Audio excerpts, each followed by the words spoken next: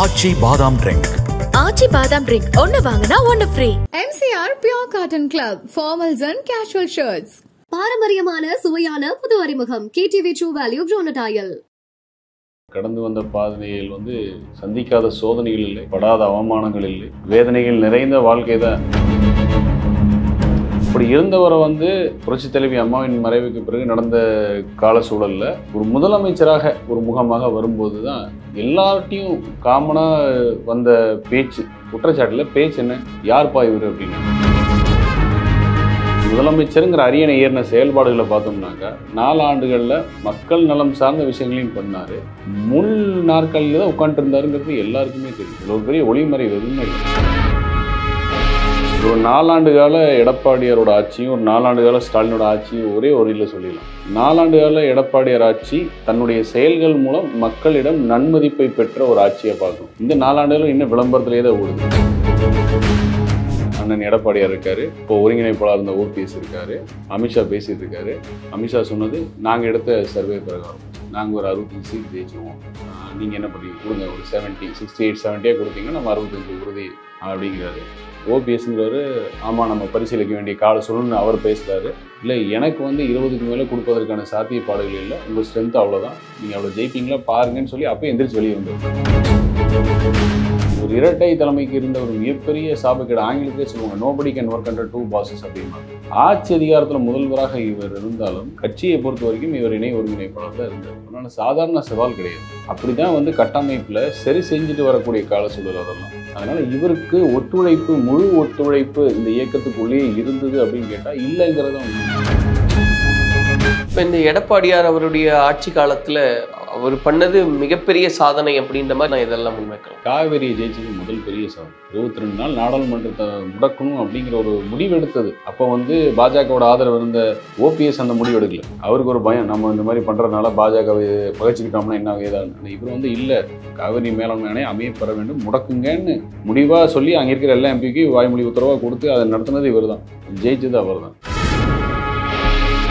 உலகமே பாராட்டு வியந்து அம்மா உணவகம் இல்லை, அந்த அம்மா உணவகம்ல 3 வேளை இலவச உணவு நாம் கேள்விப்படுவோம். ஆனால் எடப்பாடி அது இன்னும் மேம்படுத்தணும். என்ன, வெளி மாவட்டங்களிலிருந்து வேலை தேடி வருபவர்களுக்கு அம்மா உணவகத்தில் 3 வேளை உணவு இலவசம் போட்டாங்க. தனி ஆளா ஊர் கூடி தேர் இழுக்கணும்பாங்க. இந்த அனைத்து இந்திய அண்ணா திராவிட முன்னேற்ற கழகம் என்னும் தேரை ஒற்றையாள இழுத்தார். வணக்கம் சார். வணக்கம் சார். தேர்தல் நெருங்கி வரக்கூடிய ஒரு சூழல் பார்த்துக்கிட்டே இருக்கோம். ஒவ்வொரு கட்சியும் ரொம்ப விழிப்போட செயல்பட்டுக்கிட்டு இருக்காங்கன்றதையும் பார்க்குறோம். இந்த நேரத்தில் எதிர்கட்சியாக இருக்கக்கூடிய அதிமுகவினுடைய செயல்பாடுகள், குறிப்பாக எடப்பாடி பழனிசாமி அவர்களுடைய செயல்பாடுகள் குறித்து தான் பேசுறதா இருக்கும். இந்த நேரத்தில் அவர் கடந்து வந்த பாதை எப்படி இருக்கு, இன்னும் சவால்கள் என்னவெல்லாம் இருக்கு? என் வயதையும் தாண்டிய அரசியல் அனுபவம் அவருக்கு. அதனால அவர் கடந்து வந்த பாதையில் சந்திக்காத சோதனைகள் இல்லை, படாத அவமானங்கள் இல்லை, வேதனைகள் நிறைந்த வாழ்க்கை தான் அவரோட பொறுத்த வரைக்கும். ஆனால் அவரோட 51 ஆண்டு கால அரசியல் பயணங்களில் கடைசியாக அவருடைய விசுவாசத்திற்கும் உழைப்பிற்கும் கிடைத்த அங்கீகாரம் தான் இந்த பொதுச் செயலாளர் என்னும் பதவி. இதை அவர் நன்றாக உணர்ந்திருப்பதால் தான் என்னெல்லாம் சவால் வந்ததோ எல்லா சவாலையும் ரொம்ப சத்தம் இல்லாமல், பதட்டம் இல்லாமல், எந்த ஒரு மிகைப்படுத்தலும் இல்லாமல், சாணக்கியத்தனமும் முறியடித்து, எப்படி இங்கே புரட்சித் தலைவி அம்மா ஒரு தடவை சட்டமன்றத்தில் சொன்னாங்களோ, இன்னும் எனக்கு பின்னாலும் இன்னும் 100 ஆண்டு காலம் இந்த இயக்கம் இருக்கும் அப்படின்னு சொன்னாங்க. அதை இன்னைக்கு நினைவாக்கிட்டு இருக்கிறார். எதிர்வரும் சவால்கள் அப்படிங்கிறத விட கடந்து வந்த சவால்கள் குறிப்பாக நீங்கள் கேட்குற இந்த 2016 புரட்சித் தலைவி அம்மா மறைவுக்கு அப்புறம் தான் கேட்குறீங்கன்னு நினைக்கிறேன் இல்லையா? அங்கிருந்தான் அவருடைய முகமே எல்லாருக்குமே தெரிய ஆரம்பிச்ச ஒரு இடம். கொங்கு மண்டலத்தில் ஒரு மிகப்பெரிய ஒரு அரசியல் பிரபலம், அதெல்லாம் எந்த மாற்று கருத்தும் கிடையாது. அவர் 89 சேவல் சின்னத்தில் நின்று ஜெயிச்சதுலேருந்து அங்கே அந்த மண்டலத்தின் ஆதிக்கம் வீரபாண்டி ஆறுமுகத்திட்ட இருந்து திமுகலேருந்து அவருக்கு இவரே ஒரு சிம்ம சுப்பனமாக மாறி, அதனால் அப்புறம் அந்த கொங்கு மண்டலத்தை பொறுத்த வரைக்கும் அவர் ஒரு மிகப்பெரிய அரசியல் ஆளுமை தான். அப்படி இருந்தவரை புரட்சித் தலைவி அம்மாவின் மறைவுக்கு பிறகு நடந்த கால சூழலில் ஒரு முதலமைச்சராக ஒரு முகமாக வரும்போது தான் எல்லார்ட்டையும் காமனாக வந்த பேச்சு, குற்றச்சாட்டில் பேச்சு என்ன, யார்ப்பா இவர் அப்படின்னாங்க முதல்ல. அப்புறம் கொஞ்ச காலமான உடனே ஏதோ பண்ணுறாரு அப்படின்னாங்க. அதுக்கு அடுத்த ஒரு வருடம் கழிச்சு பரவாயில்ல அப்படின்னாங்க. அதுக்கு அடுத்து கொரோனாங்கிற மாதிரி வரும்பொழுதெல்லாம் பரவாயில்லையா நல்லா பண்ணுறாரு அப்படின்னு. ஸோ அவருடைய செயல்பாடுகள் மூலமாக ஒரு 4 ஆண்டு கால எடப்பாடியாரோட ஆட்சியும் ஒரு 4 ஆண்டு கால ஸ்டாலினோட ஆட்சியும் ஒரே ஒரு இதில் சொல்லிடலாம். 4 ஆண்டு கால எடப்பாடியார் ஆட்சி தன்னுடைய செயல்கள் மூலம் மக்களிடம் நன்மதிப்பை பெற்ற ஒரு ஆட்சியை பார்க்கணும். இந்த 4 ஆண்டுகளும் இன்னும் விளம்பரத்திலே தான் ஓடுது. கருணாநிதியோட மகன் என்கின்ற தகுதி இருந்தாலும் அதன் வழியே முன்னாடி வந்தாலும் செயல்பாடுகள் முதலமைச்சருங்கிற அரியணை ஏறின செயல்பாடுகளை பார்த்தோம்னாக்கா 4 ஆண்டுகளில் மக்கள் நலம் சார்ந்த விஷயங்களையும் பண்ணார். முள் நாற்காலியில் தான் உட்காந்துருந்தாருங்கிறது எல்லாருக்குமே தெரியும். இதில் ஒரு பெரிய ஒளிமறைவு எதுவுமே இல்லை. 123 எம்எல்ஏ, அதில் 3 பேர் இரட்டை இலை சின்னத்தில் நின்னவங்க. ஒரு பக்கம் 11 பேர் எம்எல்ஏ தர்மயுத்தம் அப்படின்னு ஒரு த்ரெட் இருந்துகிட்டே இருக்கு. அந்த இரட்டை இலை சின்னத்தில் இருக்கிற 3 பேரும் ஒரு சட்டமன்ற கூட்டம்னு அறிவாலயத்தை நடத்தினாங்க. மாக் அசம்பிளி அப்படிம்பாங்க ஆங்கிலத்தில். அதுக்கு போய் பார்ட்டிசிபேட் பண்ணிட்டு வருவாங்க. இந்த கருணாசு, தனி அரசு இவங்கெல்லாம் அறிவாலயத்துக்கு போயிட்டு வருவாங்க. இந்த மாக் அசம்பிளி நடத்துகிறாங்கல்ல, அந்த மாதிரி சட்டமன்றம் சொல்ல அந்த மாதிரி நாடகம்லாம் நடத்துனாங்க திமுக, அதுக்கு போயிட்டு வருவாங்க. இப்போ அந்த மாதிரி ஒரு 117 தான் நமக்கு வேணும் நம்பரு, இருந்தாலும் 123 தான் இருக்கும். அதில் 3 பேர் வந்து எப்போ வேணால் கலண்டு ஓடுவாங்கிற மாதிரி, இன்னொரு 11 பேர் போர் கொடி அப்படிங்கிற மாதிரி. அந்த நேரத்தில் ஆர்கே நகரில் ஒருத்தர் ஜெயிச்சு வராரு. நான் வந்தால் 40 எம்எல்ஏ பின்னாடினோடனே அவருக்கு முழு ஆதரவு திமுக பின்னாடிலேருந்து கொடுக்குது. ஆட்சி மாறப்போகுது, நம்ம தான் ஆட்சிக்கு வர போகிறோம். அதனால தான் ஸ்டாண்ட் மேடைக்கு மேலே ஜோசிக்கார மாதிரி நான் 10 நாளில் கவுந்துரும், 2 வாரத்தில் கவுந்துரும், 4 வாரத்தில் கவுந்துரும், தொடர்ச்சியாக விமர்சனம் வச்சுக்கிட்டே. ஆமாம், அது இருந்துகிட்டே இருந்தார். இது எல்லாம் சத்தமே இல்லாமல் எந்த பதட்டமும் இல்லாமல் யாருக்கும் வெளியில் எந்த பதட்டத்தையும் காமிக்காமல் ரொம்ப நிதானமாக ஒரு கட்டமாக முறியடிச்சார். இத்தனைக்கும் விமர்சனங்கள் தாறுமாறாக வந்துச்சு. பாஜகவோட ஆதரவு அப்படி இப்படின்னு. அதே ஆதரவு அப்படின்னு என்ன வச்சாலும் 2021 காலகட்டத்தில் வந்து நிற்கும் பொழுது எங்களோட குறிப்பு பிரகாரம் நாங்கள் வந்து ஒரு 65 சீட்டு கன்ஃபார்மாக ஜெயிப்போம் அப்படின்னு அமித்ஷா சொன்னார். பேச்சுவார்த்தை நடக்கும்போது, தேர்தல் பேச்சுவார்த்தைகள் சீட்டு பகிர்மானம் குறித்து பேச்சுவார்த்தை நடக்கும்பொழுது அண்ணன் எடப்பாடியார் இருக்கார், அப்போது ஒருங்கிணைப்பாளர் இருந்த ஓபிஎஸ் இருக்கார், அமித்ஷா பேசிகிட்டு இருக்காரு. அமித்ஷா சொன்னது, நாங்கள் எடுத்த சர்வே பிரகாரம் நாங்கள் ஒரு 65 சீட் ஜெயிச்சிருவோம், நீங்கள் என்ன பண்ணி கொடுங்க, ஒரு 68 70 கொடுத்தீங்கன்னா நம்ம 65 உறுதி அப்படிங்கிறாரு. ஓபிஎஸ்ங்கிறவர் ஆமாம் நம்ம பரிசீலிக்க வேண்டிய கால சூழல்னு அவர் பேசுகிறாரு. இல்லை எனக்கு வந்து 20க்கு மேலே கொடுப்பதற்கான சாத்தியப்பாடுகள் இல்லை, உங்கள் ஸ்ட்ரென்த் அவ்வளோதான், நீங்கள் அவ்வளோ ஜெயிப்பீங்களா பாருங்கன்னு சொல்லி அப்போ எந்திரிச்சு வெளியே வந்தவர். இதுதான் எடப்பாடியார். ஆனால் இது வந்து வெளியில் வந்து ஒரு பெருசாக பிம்பமாக பிரஸ்தாபிச்சிக்கல. அமித்ஷா அப்படி பேசினார், நாங்கள் 20, அவர் நினச்சிருந்தா அப்படியே வீரமாக கொண்டு வந்துருக்கலாம், ஒரு மிகப்பெரிய ஓன்னு பேசிக்கலாம். அந்த மாதிரி எதுவுமே இல்லை. அப்போ எந்த ஒரு வேலையை எடுத்தாலும் அவரோட நோக்கம் தெளிவாக இருக்கும், இலக்கும் தெளிவாக இருக்கும். இன்றைக்கி நம்ம போய் பேசினா கூட இந்த கால சூழல் மாதிரி 26 நம்ம இப்படி செய்யணும், இப்படி இருப்போம், 29 இப்படி இருப்போம், அப்படி தான் இருப்பார். அவர் கூட இருக்கிற எல்லாருக்கும், பயணிக்கக்கூடிய அனைவருக்கும் தெரியும் எந்த ஒரு விஷயத்தையும் எடுத்தோம் உடனே அவசரமாக பண்ணோம், இது மூலமாக நமக்கு விளம்பரம் வரணும் அப்படின்னு நினைக்காத ஒரு தலைவர், ஈஸியாக எல்லாரும் அணுகக்கூடிய ஒரு தலைவர். அதனால் உட்கார்ந்துருது எல்லாம் வந்து முள் மேலே தான் உட்காந்துருந்தார், தலைக்கு மேலே கத்தி மூழ்கிடம் இப்படி தான் இருந்தது 4.5 ஆண்டு காலம். யாருக்குமே இது வெளியே தெரியாமல் மக்கள் நலத்திட்டங்களை மட்டும்தான் ஃபோக்கஸ் பண்ணி பண்ணார். அதன் பிறகு 21க்கு பிறகு இன்னைக்கும் சொல்லக்கூடிய விஷயமா இருக்கிறது, ஒரு தோல்வி முகமாக இருக்காரு அப்படின்றத சொல்கிறாங்க. ஏன்னா அதிமுக பிளவுபட்ட பிறகு நீங்கள் இன்னைக்கு வரைக்கும் அதை கொண்டு வந்துருக்காங்க. இப்போ செங்கோட்டையன் அவர்கள் பேசுவது அது உட்பட பல்வேறு விஷயங்கள் பேசுகிறாங்க. தோல்வி முகம்தான் அப்படின்றது ஒரு பக்கம் ஓபிஎஸ் சொல்கிறாரு. இது எப்படி பார்க்க சார்? ஒரு கட்டடம் கட்டுறதுக்கு ஒரு 50 ஆண்டு காலம் கூட ஆகலை, ஒரு 25 ஆண்டு காலம் கூட ஆகலாம். ஆனால் அது உடைக்கிறது ஒரு 5 நிமிஷம் வேலை. உடைந்ததை திருப்பும் பழைய மாதிரி கட்டணும்னா அது எவ்வளோ பெரிய சவாலான வேலை இல்லை. ஏன்னா காலங்காலமாக சொல்கிறது அதிமுக வந்து ஒரு இரும்பு கோட்டை அப்படின்றது, ஆனால் அதுவே தகருது அப்படின்றதே ஒரு பெரிய அந்த பிம்பம் தான் உடஞ்சிருக்கு. அந்த மாதிரி தான் கட்டமைப்பு. 2017 கேட்டிங்கள சவால் எடப்பாடியார்னு, அவருக்கு இருந்து மிகப்பெரிய சவால் என்ன தெரியுமா? உடன் பயணித்த அனைவருக்கும் ஒரு வாய்ப்பு மாதிரி எடப்பாடியார் அணுகி அவர்கள் கேட்கக்கூடிய விஷயங்கள் நடக்கவில்லை என்றால் நான் ஓபிஎஸ் பக்கம் போகிறேன் என்கின்ற ஒரு வாய்ப்புகள் அவருக்கு இருந்தது. அந்த மாதிரி கால சொல்கிறேன். அதிகார பகிர்வு சரிசமமாக இருந்தது. ஒருங்கிணைப்பாளருக்கு 50% அதிகாரம், இவருக்கு 50% அதிகாரம் அப்படி. இது ஒரு இரட்டை தலைமைக்கு இருந்த ஒரு மிகப்பெரிய சாபக்கேடு. ஆங்கிலத்திலே சொல்லுவாங்க, nobody can work under 2 bosses அப்படிம்பாங்க. ஆட்சி அதிகாரத்தில் முதல்வராக இவர் இருந்தாலும் கட்சியை பொறுத்த வரைக்கும் இவர் இணை ஒருங்கிணைப்பாளர் தான் இருந்தார். அதனால் சாதாரண சவால் கிடையாது. அப்படி தான் வந்து கட்டமைப்பில் சரி செஞ்சுட்டு வரக்கூடிய கால சூழல் அதெல்லாம். அதனால் இவருக்கு ஒத்துழைப்பு, முழு ஒத்துழைப்பு இந்த இயக்கத்துக்குள்ளேயே இருந்தது அப்படின்னு கேட்டால் இல்லைங்கிறது தான் உண்மை. ஏன்னா அவர் வந்து ஒரு பரிசோதனையில் இருந்தார். அந்த பரிசோதனை அதுவும் தீல அடிக்கடி தள்ளி தள்ளி தள்ளி பரிசோதனை பண்ணிகிட்டே இருக்காங்க. இவர் தாங்குவார் அந்த மாதிரி பரிசோதனை இருந்துட்டே. அதுவும் 1 மாத காலம் 3 மாத கால இடைவேளை தினம் அந்த பரிசோதனை தினம் எப்படி ஒரு ஏக்நாத் ஷிண்டே கிடைப்பாரான்னு பாஜக இருந்தது உண்மைதான். அது மாற்றுக்கிறது. நம்ம கூட்டணியில் தான் இருந்தோம். இருந்தாலும் அந்த கூட்டணி வரையறையில் பின்னாடியே அண்ணா எப்போ போவார் திண்ணை எப்போ காலியார்னு தமிழ் ஒரு பழமை சொல்லுவாங்களே, அந்த மாதிரி பாஜக இருந்தது உண்மைதான் அந்த கால சூழலில். ஏன்னா அதுக்கான வாய்ப்பு அமையப்பட்டது உண்மைதான். ஏன்னா ஒரு மிகப்பெரிய ஆளுமை மறைந்ததுக்கு பின்னர் இந்த இயக்கம் எவ்வாறு இருக்க போகிறது, இந்த இயக்கத்தில் இருக்கக்கூடிய சலசலப்புகள் நமக்கு எப்படி ஒரு ஆதரவாக இருக்கக்கூடிய வாய்ப்பு இருக்குன்னு காத்திருந்தது உண்மைதான். அது அரசியல் கணிப்பில் அது வந்து ஏற்றுக்கொள்ளக்கூடிய விஷயம் தான். ஆமாம், அரசியல் இது ஏற்றுக்கலான்னு இருந்தது தான். அப்படி வாசர் கதவுல ஒருத்தர் உள்ள நுழையிருக்கு காத்துட்டு இருந்த நேரத்தில் கூட அதற்கு ஒரு வாய்ப்பு கொடுக்காம அப்போ அவங்க வந்து 2வது முறையாக தனிப்பெரும்பான்மையோடு வந்து உட்கார்றாங்க 2019. மிக தனிப்பெரும்பான்மை. அப்படி இருக்கும்பொழுது இவர் சந்தித்த சோதனைலாம் சாதாரண சோதனை இல்லை.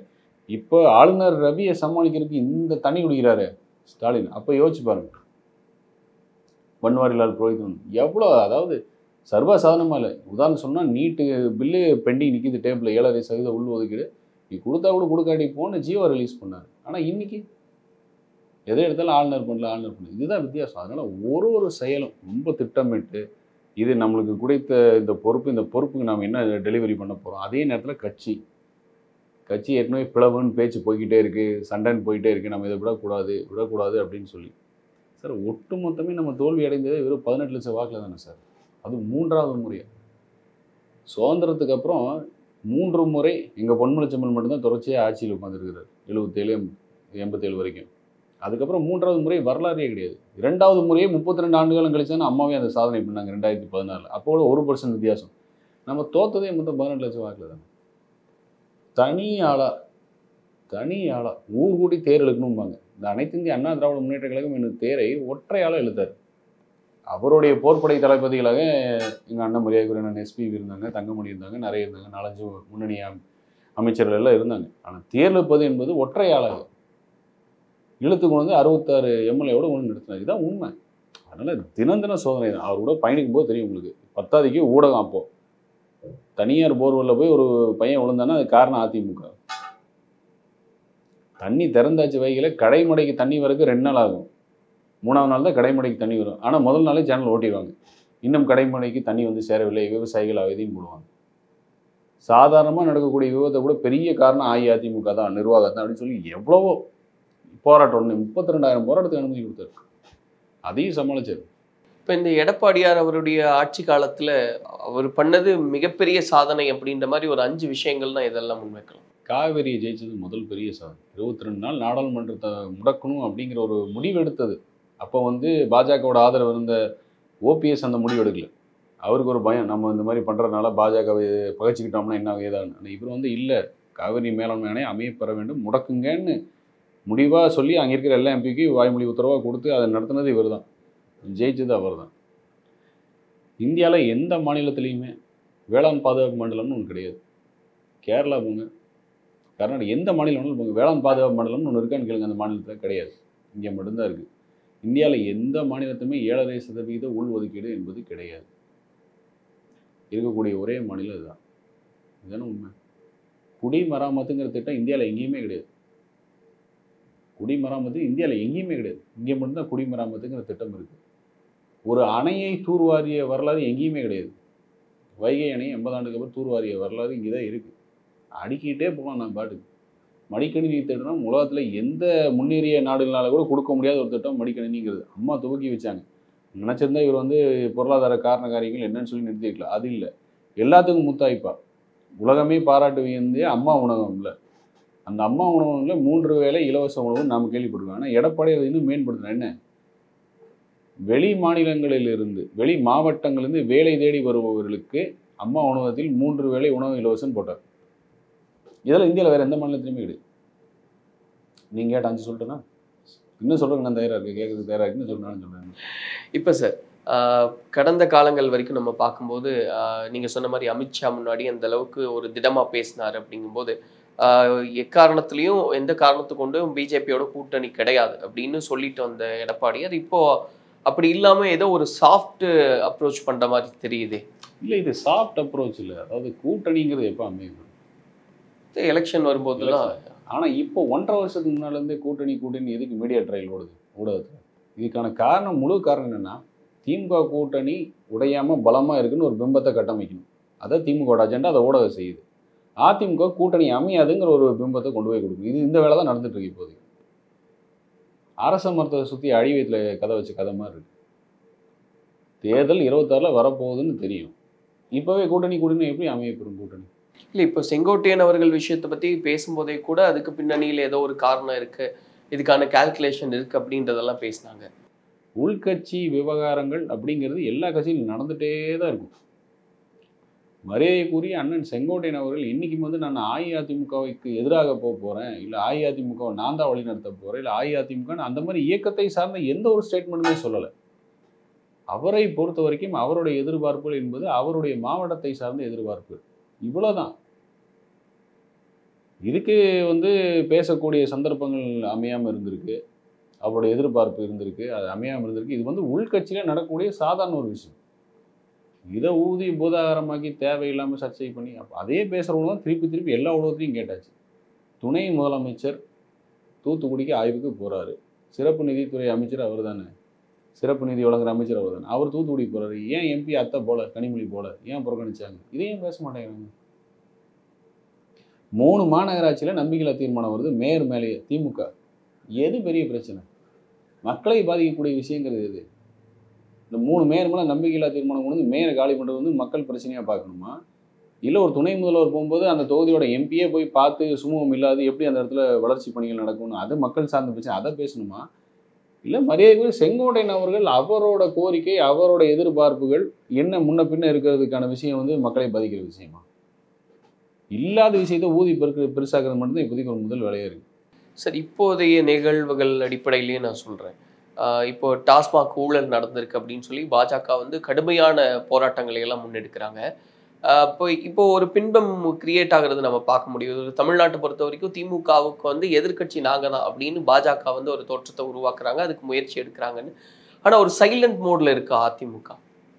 ஏன்னா விமர்சகர்கள் பேசும்போது கிட்டத்தட்ட இந்த இவ்வளவு ஆண்டு காலமும் ஒரு ப்ராப்பர் எதிர்க்கட்சியாக அதிமுக செயல்படலைன்றதையும் குறிப்பிட்ட சொல்கிறாங்க. இப்போது நீங்கள் கேட்குற கேள்வியில் ஒரு சில வித்தியாசம் இருக்குது. கேள்வி கேட்கும்போது சைலண்ட் மோடில் இருக்க அதிமுக அப்படின்னு ஒரு கேள்வி கேட்குறீங்க. என்ன பிரதான எதிர்க்கட்சியாக பாஜக தான் இருக்கா அப்படிங்கிற மாதிரி இருக்கீங்க. இதெல்லாம் அது பேர் தான் கருத்து உருவாக்கம்ங்கிறது. எப்படி இல்லை உருவாக்கல சார், இப்போ நீங்கள் இல்லை உருவாக்கல, ஏன்னா நீங்களே பார்க்குறீங்க. இல்லை நான் உங்களை தனிநபராக குறை சொல்ல, இதுதான் கருத்து உருவாக்கம்னா இதைத்தான் இல்லை. இது நீங்கள் ஒருத்தர் மட்டும் இல்லாமல் இது ஒரு 10 மீடியா பேச்சுன்னா அதான் கருத்து உருவாக்கம்ங்கிறது. கோயபிள்ஸ் தியரிங்கிறது தான். ஒரு பையை 10 தடவை 15 தடவை சொன்னால் அதே உண்மையாக மாறி இருக்கிறது தான் கோயபிள்ஸ் தியரி. அது மாதிரி தான் இது கோயபிள்ஸ் தியரி. எப்படி அதிமுகவோட சாதனைக்கு ஸ்டிக்கர் ஒட்டி சுற்றிருக்கோம் திமுக, அதேமாதிரி நாங்கள் தான் எதிர்கட்சிங்கிற ஸ்டிக்கரை திமுக பாஜக விட்டுது. ஆனால் நம்ம சொத்து வரிக்கு தமிழகம் தழுவிய போராட்டம் பண்ணாமல் இருக்கோமா? ஏதோ போராட்டம் அறிவிக்காமல் இருந்திருக்கோமா? ராஜ்பவனே ஸ்தம்பிச்சது பார்த்தீங்களா ஒரு போராட்டத்தில்? எந்த விஷயத்தையும் நம்ம குரல் கொடுக்காமல் இருந்திருக்கோம். எல்லாமே களத்தில் போய் நின்று போராடக்கூடிய விஷயங்கள் என்பது கிடையாது. அதுக்காக எதிர்கட்சி ஆக்கப்பூர்வமான எதிர்கட்சியாக சொல்லி அறிக்கைகள் வருது இல்லையா? இந்த 1000 கோடிங்கிற 2 வருஷமாக சொல்லிட்டு இருக்கோம். உங்கள் ஊடகத்துலேயே நான் பல தடவை பேட்டி கொடுத்துருக்கேன். 1000 அன்லைசன்ஸ்டு பார் நடக்குது. அதோட கொள்முதல் எங்கேருந்து வருதுன்னு தெரியல. டிஸ்டிலரிஸ்லேருந்து வருது. டிஸ்டிலரிஸ் கம்பெனிஸ் எல்லாமே திமுக தான் வச்சுருக்காங்க. அப்போ அது வரக்கூடிய கொள்முதல் என்னன்னு தெரியல. அது பணத்தில் விற்பனை பண்ணி அது திருப்பி அதுக்கே போகுது. தேர்தலுக்கு பணம் ரெடி பண்ணுறாங்கன்னு 2 வருஷம் முன்னாடி வச்சு குற்றச்சாட்டு. இதை கோர்ட் வேறு கண்டிச்சது அப்படின்னு சொல்லி அதை வேற பேசியிருக்கோம். அந்த பிடிஆர் வேறு ஒன்று போட்டுக்கார். போன வாரம் கூட போட்டோம். நம்ம இவ்வளோ பேசுகிற பாஜக 1000 கோடிங்கிறது மட்டுமே அங்கே கிடையாது. உண்மையாக விசாரணை முழுவதுமாக நடைபெற்றால் அது 40,000 50,000 கோடி தாண்டும் அந்த ஊழல். அதாவது பிஸ்னஸ் சொல்லுவாங்க ஃபர்ஸ்ட் மூவர் அட்வான்டேஜ் அப்படிம்பாங்க. வியாபாரத்தில் நீ முதல் ஆளாக போகணும் அப்படின்னா உனக்கு ஒரு அட்வான்டேஜ், ஃபர்ஸ்ட் மூவர் அட்வான்டேஜ் அப்படின்னு. பாலிடிக்ஸில் அப்படி ஒன்றும் கிடையாது. ஃபர்ஸ்ட் மூவர் அட்வான்டேஜ்லாம் ஒன்றும் பாலிடிக்ஸ் கிடையாது. நீங்கள் ஆளுங்கட்சி எம்எல்ஏ தவிர்த்து ஆப்போசிட் இருக்கிற எல்லாருமே எதிர்கட்சி தான். ஆனால் யார் வலுவான எதிர்கட்சிங்கிற அந்தஸ்து யாருக்குன்னா அது அனைத்து இந்திய அண்ணா திராவிட முன்னேற்ற கழகத்துக்கு அந்த அந்தஸ்து, எதிர்கட்சிங்கிற அந்தஸ்து சட்டமன்றத்துலேருந்து எல்லாமே அந்த அந்தஸ்து நம்மளுக்கு தான். எல்லாத்துக்குமே உடனே ரியாக்ஷன் கொடுக்கணுங்கிற எதிர்க்கட்சி கிடையாது. இல்லை சார், இங்கே ஒரு தேவை இருக்கிறதா பார்க்குறோம். ஏன்னா ஒரு வெகுஜனமாக நம்ம பார்வையை முன்வைக்கும் போது இப்போ நீங்கள் சொன்ன மாதிரி அவங்க போர்ட்ரேட் பண்ணுறாங்கன்னு வச்சுக்கோங்க. பிஜேபி வந்து இந்த மாதிரி ஒரு பின்பத்தை உருவாக்குறதுக்கு முயற்சி பண்ணுறாங்கங்கும்போது மணிக்கு ஒரு முறை அண்ணாமலை வந்து அவர்கள் வந்து பத்திரிகையாளரை சந்திக்கிறாங்க, இது சம்பந்தமாக பேசிக்கிட்டே இருக்காங்க. அவங்க ஃபைட் பண்ணும்போது அதை விட கூடுதலாக ஃபைட் பண்ண வேண்டிய இடத்துல இருக்கிறது அதிமுக. அப்போ பண்ணணுமா இல்லையான்ற கேள்வி வரும். இது நீர்த்து போக செய்கிறாங்க அப்படிங்கிறோம். இடின்னு சார்ஜ் ஷீட்டே ஃபைல் பண்ணுறாரு, உண்மை தானே? இந்த கேள்வி கேட்கும்போது நான் நேற்று ஒரு ஆங்கில ஊடகத்தில் கேட்ட கேள்வி உங்கள் மூலமாக கேட்குறேன். டிஎம்கே 2.0 டிஎம்கே ஃபைல்ஸ் ரிலீஸ் பண்ணது யார்? அண்ணாமலை தானே. ஒவ்வொருத்தருக்கும் எவ்வளோ 1000 கோடி சொத்து, எவ்வளோ லட்சம், அதுக்கு என்னாச்சு? இப்போ அதோட முடிவு என்ன? ஃபைல் ரிலீஸ் பண்ணிங்க, 1.5 வருஷம் ஆச்சு ஃபைல்ஸ் ரிலீஸ் பண்ணி, அதோட முடிவு என்ன? அது மேல் நடவடிக்கை இருக்கும். இப்போ மக்கள் நீங்கள் போராட்டம்னு ஒரு விஷயத்தை வந்து சொல்கிறீங்கன்னா இப்போ யார் மேலே நம்பிக்கை இருக்கும்? ஒரு விஷயம் சொல்லும் பொழுது இது நடக்கிறது, அது வந்து இந்த அரசு கேட்க வச்சாங்க, பணியை வச்சாங்க, அரசை கேட்டாங்க, பணியை வச்சாங்கன்னு சொல்கிறது தான் வந்து போராட்டத்துக்கான வெற்றி அப்படிங்கும். இல்லை அந்த அரசுக்கு அழுத்தம் கொடுக்கணும் அப்படிங்கிறது. வெறும் விளம்பரத்துக்கு ஊடகத்தில் நம்மளுக்கு வந்து இடம் வேணும். I need the market share in media. ஊடகத்தில் மட்டுமே பேச்சு பொருளாக இருப்பதால் அதே கள நிலவரங்கிறது கிடையவே கிடையாது. இல்லை எப்போ போய் கேட்டீங்கனாலும் ஸ்டாலின் என்ன சொல்லுவார்? தமிழக மக்கள் அனைவரும் மகிழ்ச்சியாக இருக்கிறார்கள். அது வந்து ஊடகத்தில் 10 இடத்துல பார்த்தா மகிழ்ச்சி அப்படிங்கிறத விஷயம். ஆனால் களத்தில் போய் பாருங்கள், மகிழ்ச்சியாக இருக்காங்க. இவ்வளோதான் வித்தியாசம். ஒரு தேசிய கட்சிங்கனால அவங்களுக்கு ஊடகத்தில் அவங்களுக்கு முக்கியத்துவம் வரத்தான் செய்யும். அது அதோட மாநில தலைவரை முக்கியத்துவம் வரத்தான் செய்யணும். அதுதான் களத்தில் இருக்கா? இல்லையே. 1000 கோடிங்கிற சுருக்குறாரு. இது திமுகவுக்கு வந்து ஹெல்ப் பண்ணுற மாதிரி இந்த போராட்டம்ங்கிறது. 1000 கோடியே இல்லை. இல்லை 1000 கோடி சொல்கிறேன், இடி சொல்கிறது இல்லை, இடி அதான் தவறுங்க. அடிப்படை சொல்கிறேன். எங்கள் எடப்பாடியார் கொடுத்த கணக்கு பாருங்கள். 1 கோடி மது பாட்டில் விற்கிது, விற்பனை. அது தினமும் 10 ரூபான்னு கணக்கு வச்சிங்கன்னா என்னாச்சு? 1 கோடி × 10 10 கோடி. ஒரு மாதத்துக்கு 300 கோடி, வருஷத்துக்கு 3600 கோடி. 3600 × 4 கணக்கு போடுங்க, 4 வருஷம் என்னாச்சு? 14400 கோடி. அதிக விலையில் விற்றதுக்கே 14400 கோடி சார். ஆனால் 1000 அன்லைசன்ஸ் பாரை நடத்தி அதில் 4 வருஷமாக விற்ற ஸ்டாக்கோட எண்ணிக்கை எவ்வளோ? அந்த காசு எங்கே போச்சு? இப்போ இதெல்லாம் யார் விசாரிப்பா? எதுக்கு அவசரம் சார்? எடப்பாடியார் வந்து ஒரு இந்த ஊடக மூலமாக தெரியணும். நான் போய் பல தடவை பிடும்போது ஒரு பேச்சுவார்த்தையில், அண்ணா இது நம்ம அறிக்கை கொடுக்கணும், ஒரு ஆவிங், ஒரு டெண்டர் உண்மேன், இதை நம்ம அறிக்கை கொடுக்கணும். அவரோட அணுகுமுறை எப்படி தெரியுமா இருக்கும்? அவசரப்பட்டு சொல்லக்கூடாது தம்பி, அவனுக்கு உஷாராயிருவானுங்க, பண்ணுற ஊழலையும் தப்பையும் மறைச்சிடுவானுங்க. தப்பு பண்ணட்டும், வசமாக மாட்டுவானுங்க. அப்போ தான் நம்ம ஆட்சிக்கு ரொம்ப கரெக்டாக நடவடிக்கை முடியும் பெறும். இதுதான் அவரோட அரசியல் அனுபவங்கிறது. பாஜக பண்ணுறது ஒரு அவசரப்பட்டு திமுக காப்பாற்றி கொடுக்குறாங்க. அவங்க பண்ணுற ஊழல் விஷயங்கள், பாதி விஷயங்கள் வந்து வெளியில் வராமல் அப்படியே அமுகி போகிறதுக்கு என்ன காரணம்னா இந்த பாஜக வந்து போட்டு கொடுக்குறது தான். ஸோ இவங்க அவசரப்படுறதே அவங்களுக்கு அட்வான்டேஜாக மாறி, இவங்க அவசரப்படுறது பயங்கர அட்வான்டேஜ் ஆயிடுது அவங்களுக்கு. அவசரமாக பண்ணுறது வந்து தவறுங்கிறது நடக்க போகுது, ஊழல்ங்கிறது நடக்க போகுது. இவனை அறிக்கைங்கிற பேரில் போட்டு கொடுத்துட்றானுங்க. அவங்க சுதாரிச்சுக்கிறானுங்க. அது மாதிரி 2-3 விஷயம் வேகமாக கரெக்ட் பண்ணியிருக்கிறாங்க. உதாரணம் சொன்னால் அன்பில் மகேஷ் பொய்யாமொழி ஒரு டெண்டர் ஒன்று ரிலீஸ் பண்ணார். நம்ம வந்து இல்லம் தேடி கல்வின்னு ஒன்று உணர்ந்துருக்காங்க. நம்ம அப்பயே ஆரம்பிச்சிட்டோம். கொரோனா முடங்கி இருக்கும்போதே வந்து வீட்டில் கேபிள் டிவி மூலமாக கல்வின்னு சொல்லி நம்ம அதுக்கு ஒரு சேனலே ஆன் பண்ணோம். அதுக்கு ஒரு உபகரணம் ரிலீஸ் பண்ணாங்க. அதெல்லாம் அவுடேட்டட். அந்த கம்பெனி பார்ட்டிசிபேட் பண்ண கம்பெனி அவுடேட்டட் கம்பெனி. அறிக்கை கொடுத்தாங்க, டக்குன்னு உஷாரே அதை கேன்சல் பண்ணாங்க. செந்தில் பாலாஜி ஜெயிலில் இருக்கும்போது துபாயிலிருந்து ஒரு கம்பெனி பார்ட்டிசிபேட் பண்ணுது டெண்டருக்கு 100. அந்த கம்பெனி நஷ்டத்தில் இயங்குற கம்பெனி. இங்கே 100 கோடி ரூபா டெண்டருக்கு பார்ட்டிசிபேட் பண்ணுறாங்க. அவசரமாக அறிக்கை கொடுத்தாங்க, அந்த டெண்டர் கேன்சல் ஆச்சு. சில விஷயத்தில் அரசியலை வந்து நம்ம அரசியலாக பார்க்கணும். இவரோட நோக்கம் தவறானது, இவங்க செய்கை தவறானது, தண்டனைக்குரியது. நம்ம தவறு செய்யும்போது எக்ஸ்போஸ் பண்ணதானே உண்டு. அவன் அதோட நோக்கம் கொள்ளையடிக்கணும். ஒரு ஒருத்தையும் கொள்ளையடிக்கிறதுக்கு வரதுக்கு முன்னாடி அவசரமாக போட்டு கொடுத்து அதனால நல்லது நினச்சான்னு கேட்டால் நல்லது நடக்கலையே. ஒரு டெண்டர் வருது, அது தவறு, கொள்ளையடிக்க போகிறோன்னா அதோட அறிக்கை கொடுத்து நிறுத்தது வந்து தவறு. அதுக்கப்புறம் என்ன பண்ணணும்? முறையாக அந்த வேலை எப்படி நடக்குது நடக்க வைக்கணும்ல. அதை பாஜக செய்ய மாட்டேங்குது. அதைத்தான் அதிமுக செய்கிற அறிக்கை மூலமாக. அந்த வேலை செய்யணும், நீ செய்யற நடக்குது. அது அறிக்கை அடுத்துக்கப்புறம் அதிமுக அறிக்கை வரும். இவங்க வந்து போட்டு கொடுக்கறதுலே குறியாக இருக்கிறாங்க காப்பாற்றுறதுக்குன்னு. ஆனால் அதிமுக எடப்பாடியார் வந்து அந்த வேலை நடத்த வைக்கணும், அதை முறையாக நடத்தணும் அப்படிங்கிறதே குறியாக இருக்குது. சரி, இப்போ 2026 அப்படின்னு நம்ம பேசும்போது ஒரு கால்குலேஷன் வச்சிருக்காரு எடப்பாடியார். அப்போ அவர் எப்படி வச்சிருக்காருன்னா, டிவிக்கே வரும் அப்படின்ற ஒரு எதிர்பார்ப்பில் இருக்காரு. ஒருவேளை டிவிக்கே வரலன்னா பாஜக கூட போகலாம் அப்படின்ற மாதிரி அசம்ஷன் இருக்கிறதா பேசுகிறாங்க. நான் சொல்ற மாதிரி நானாவோ ஊடகமோ இந்த கருத்து உருவாக்கம் பண்ணல. இப்படி ஒரு விஷயம் பேசப்படுது. இது உண்டா இல்லையா, இல்லை எப்படி நகரும்? அது ரெண்டு அடிப்படை தான் சார். திமுக அவருடைய ஆட்சி, மக்கள் மகிழ்ச்சியாக இருக்கிறாங்களே. திமுகவின் மாற்று அனைத்து இந்திய அண்ணா திராவிட முன்னேற்ற கழகம். இதுதான் மக்கள் மனசில் இருக்கக்கூடிய ஒரு விஷயம். ஒருத்தர் வராரு, வாய்ப்பு கொடுப்போமான்னு மக்கள் சிந்திக்கிறதெல்லாம் அடுத்த கட்டம்.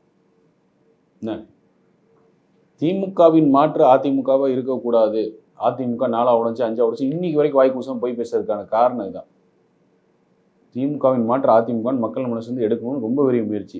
அதுக்கு முயற்சி 4 உடைஞ்சு 5 உடைச்சு, அதுக்கப்புறம் வந்து ஜாதி கட்சி, அப்புறம் இவங்கெல்லாம் ஜெயிலுக்கு போக போகிறாங்க, இந்த கட்சியில் குழப்பம் செஞ்சாரோன்னு இன்னும் பேச்சு பொருளாக ஊடகத்து துணையோட பேசுறதுக்கான காரணம் இதுதான். ஆனால் அடிமட்டத்தில் மக்கள்கிட்ட எல்லாருக்கும் தெரியும், திமுகவின் மாற்று அனைத்து இந்திய அண்ணா திராவிட முன்னேற்ற கழகம் தான். இந்த எண்ணம் கூட்டணி தேவைப்படும் இயக்கங்களுக்கு பிரதானமாக இருக்குது. அதான் உண்மை. அது இப்போ தான் கொஞ்சம் கொஞ்சமாக வெளிப்பட ஆரம்பிக்கும். திமுகவின் மாற்று அனைத்து இந்திய அண்ணா திராவிட முன்னேற்ற கழகம் களம் செட் ஆயிடுச்சு. களம் இன்னும் சூடு பிடிக்க ஆரம்பிக்கும். ஆமாம், இந்த ஆட்சி போகுது அப்படி. இந்த ஏப்ரல் மாதம் எல்லா கவர்மெண்ட் ஆஃபீஸில் எல்லாம் கை தூக்கிடுவாங்க, எப்படி இருந்தாலும் ஆட்சி மாறப்போகுது அப்படின்னு கை தூக்கிடுவாங்க. இந்த களம் சூடு பிடிக்க ஆரம்பிக்கும் பொழுது அனைத்து இந்திய அண்ணா திராவிட முன்னேற்ற கழகத்தினுடைய பிம்பம் இவங்க வச்ச கட்டமைப்பெல்லாம் சுக்குநூறாக உடஞ்சி மாறி. ஏன்னா அப்போ தான் களத்துலையும் சரி, நீங்கள் சொல்கிற மாதிரி மீடியாலையும் எங்களுடைய வேகம் அதிகமாக இருக்கும். அப்போ நீங்கள் ஒரு சேஞ்ச் பார்ப்பீங்க. அந்த சேஞ்ச் பார்க்கும்போது தான் அந்த கூட்டணி கட்சிகள் அவரோட முடிவை சொல்லுவாங்க. அது எப்போ பார்க்க முடியும்? எல்லாமே அப்படி எப்படி இருந்தாலும் செப்டம்பர் தாண்டி அக்டோபர், நவம்பர், டிசம்பர் வரைக்கும் அப்படி ஆயிரும். ஏன்னா நம்ம யாரையுமே போய் கூட்டணி நீங்கள் வரீங்கன்னு கேட்கணுங்கிற கிடையாது. அனைத்து இந்திய அண்ணா திராவிட முன்னேற்ற கழகம் எடப்பாடியாரோட தலைமை ஏற்று அவங்க தான் வருவாங்க. அதற்கான பேச்சுவார்த்தைகள் தொடங்கும். அப்படி எதை பேச்சுவார்த்தைகள் தொடங்கியிருக்கான்னு கேட்டால், ஆமாம், திமுகவில் கூட்டணி இருக்கக்கூடிய அனைத்து கூட்டணி கட்சி தலைவரும் எடப்பாடியார்ட்ட பேசிட்டு தான் இருக்காங்க. உண்மை. அது பேசுகிற ஃப்ரீக்வன்சி அதிகமாகிட்டே தான் இருக்குது. முந்தி 3 மாதம் முன்னாடி நான் ஊடகத்தில் சொன்னேன், வாரத்துக்கு இல்லை 2 வாரத்துக்கு ஒரு தடவை பேசுகிறேங்க. இப்போ வாரம் கூட பேசுகிறாங்க. இது நடக்குது. களத்தில் மாற்றம் தெரியறதுக்கு அதுக்கான சமிகைகள் இதெல்லாம் வரும்போது தெரியும்.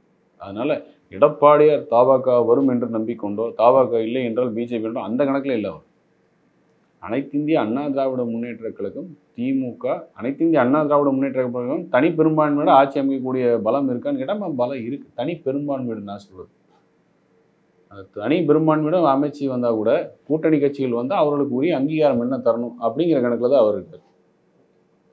ஏன்னா நாங்கள் தனி பெரும்பான்மையோட பலமாக வந்தாலும் 2011 தேமுதிகவோட கூட்டணி நாங்கள் தனி பெரும்பான்மையோட வந்துட்டோம். இருந்தாலும் தேமுதிகவுக்கு எதிர்கட்சிங்கிற அந்தஸ்து கிடச்சிது. அந்த சூழல் தான் இப்போ திரும்பி வரக்கான வாய்ப்புகள் நிறைய இருக்குது.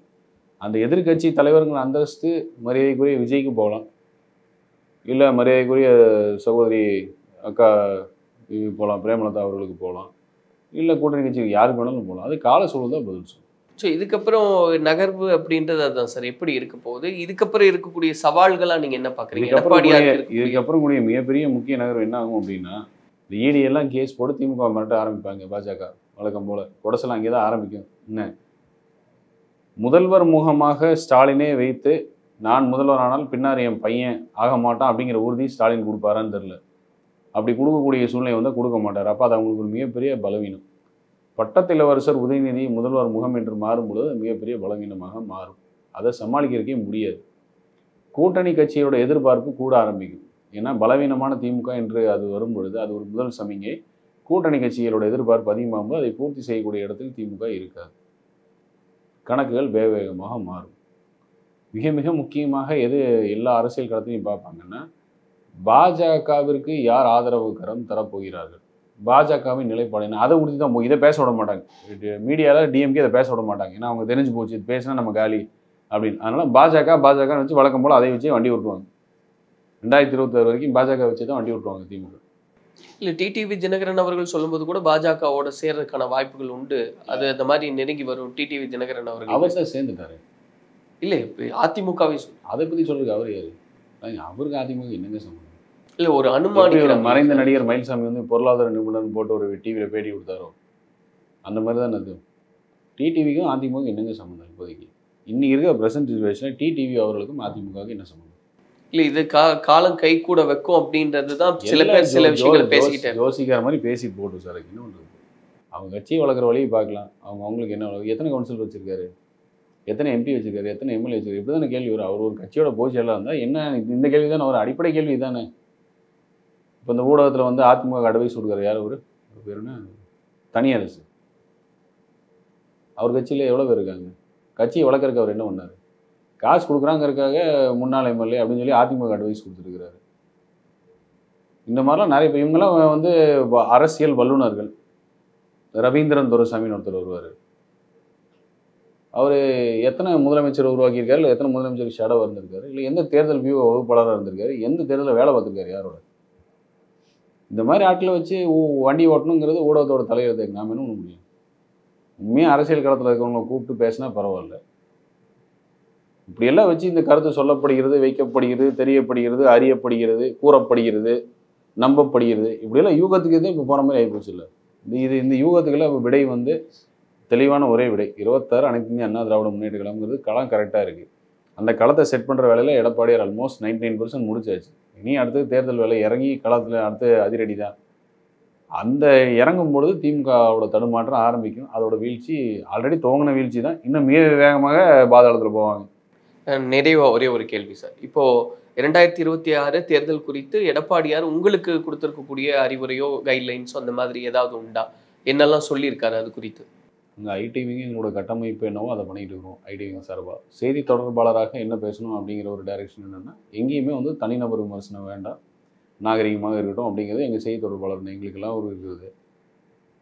அதையுமே இன்னொன்று பொறுப்பாளர் பொறுப்பாக கொடுத்துருக்காங்க. பொறுப்பாளர்களுக்கு ஒரு பாகம் அப்படிங்கிற அந்த பூத் லெவலுக்கு எத்தனை பேரை நியமிக்கணும், என்ன பண்ணணும் அப்படிங்கிறது இருக்குது. அதோட வேலையும் போயிட்டு இருக்கு. அது பஸ் மார்ச் எண்டோட முடிஞ்சிடும்.